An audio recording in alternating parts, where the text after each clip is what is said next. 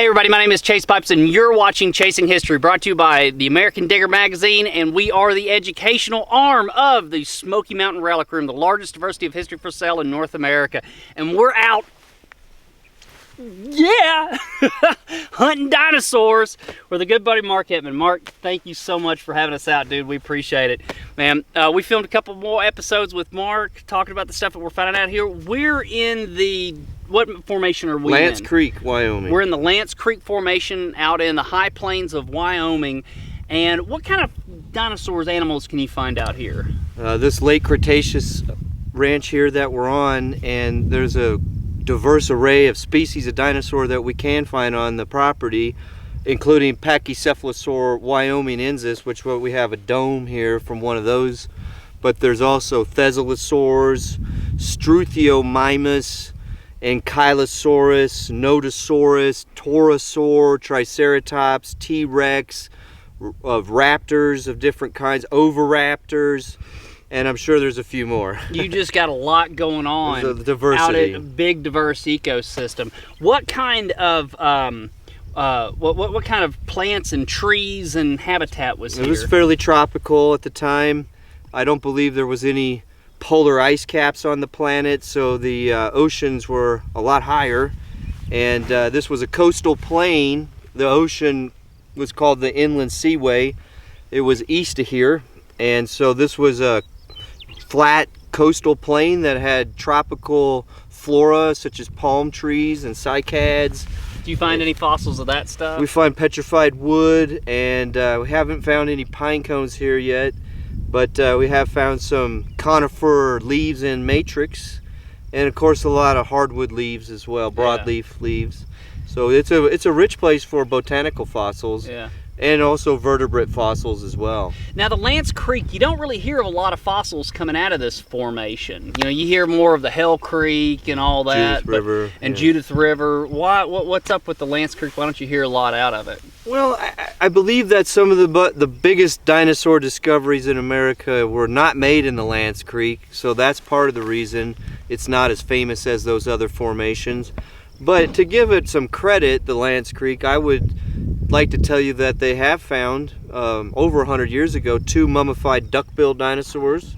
Oh, wow. South of here, and then there's also been several T-Rexes found and a couple Struthiomimuses. These are skeletons that are really nice, and quite a few Nodosaur skeletons have been found, and a lot of duck-bills and Triceratops. So it is pretty rich, but like you said, it's just not as famous as some of the other places. Now, were Martian Cope out farting around out in this formation at all? Do you know? Barnum Brown was. Yeah. I'm not so much sure about Martian Cope, but I do know that some of the Sternbergs were here as well. They found the mummy duckbill skeletons. These are some of your very early paleontologists. You know, I mean, these are your guys in the 1880s, 1870s, 1890s, 1900, 1910, 1920. You know, this is the birth of paleontology. You know, when they're trying to figure out what is what and who is where. These are the guys that went out and dug them. We'll do an episode on them because it's nuts. The Martian Cope, for example, they hated each other. They would fight who had the best dinosaur, and they would go and they would excavate bones with dynamite, and then they go and steal bones. Google it. It's a mess. It's hilarious. So, well, cool, dude. Well, okay. What have we got going on? This is insane, man. What do we got going on here? Well, yesterday after we were at your site, I walked over here, and underneath this bush I noticed some fragments of dinosaur bones spilling out, and upon closer examination I realized that what I was looking at, and with Isaac's help of course, that we had a large dome to a Pachycephalosaurus wyomingensis, second biggest one I've ever found. And it looks like it's a good 14 inches across one way and about 13 inches the other way. So it's good size. It looks pretty heavy. So you say the second biggest you found, so they really don't get this big. Normally they are a little smaller than this. I had in the past found one that was bigger, and it weighed 65 pounds. Jeez. It was 3 times as big as this. Really? And it had a 2 foot by 2 foot by probably 2 foot tall size to it. So it was very large, as big as a cooler. Oh, wow. It was amazing. And but like most people that find Pachycephalosaur domes, you don't find anything else. You don't find any post-cranial remains. It's usually just a dome. Huh. And I think it's because they were very heavy, and they just kind of stayed where they were at, and other bones would wash away. Yeah. Now, so Pachycephalus, what is this? What does this species do? What is it famous for? So we've got the dome. It's the battering ram. It's famous for its head and its giant bone dome. This is solid bone. And this is just the dome on the top of the head. So I would imagine that this skull would probably be about 3 feet long, all said and done, if it was complete.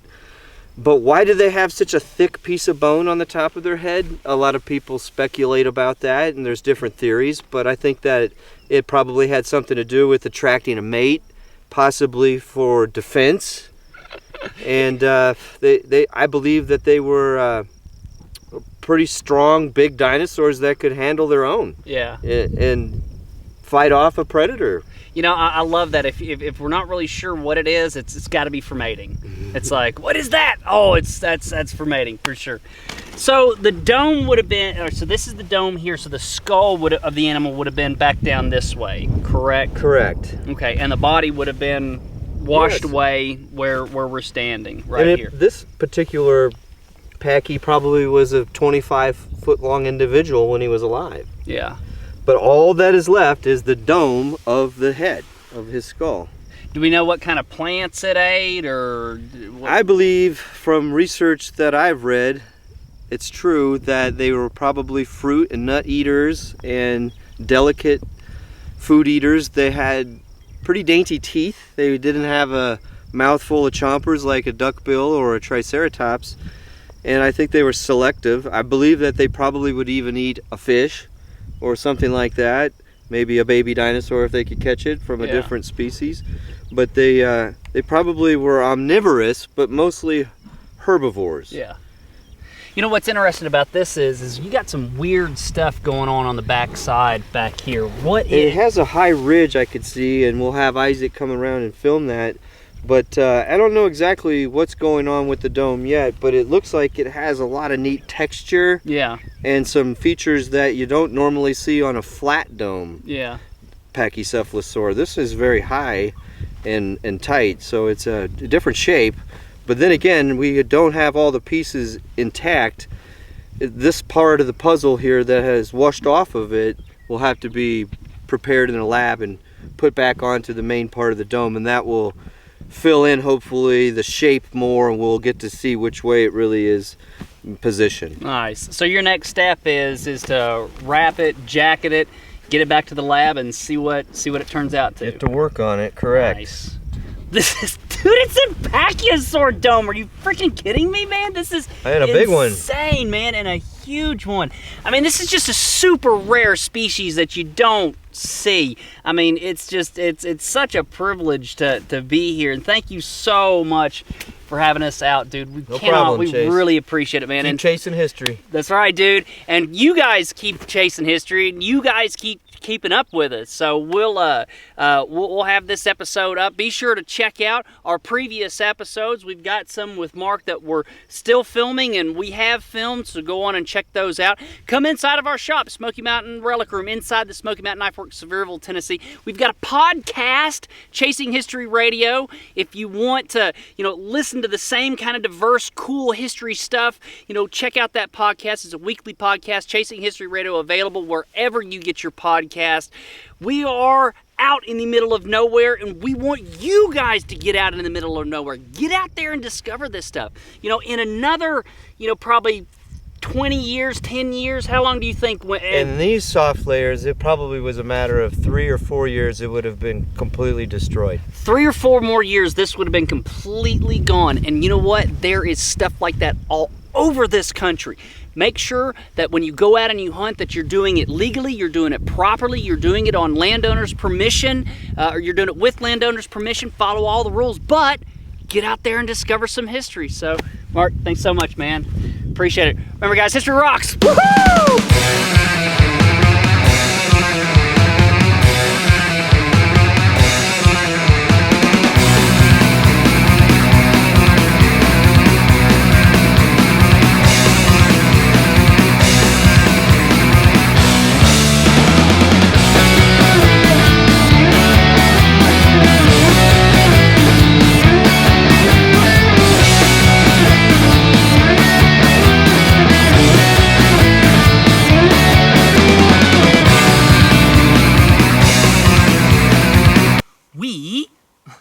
this guy will never, ever, ever be on Twitter. Twitter's evil. Twitter is like the dust in the wind. Twitter is flowing away. Twitter sucks. I don't think that guy ever had Twitter anyway. Probably not.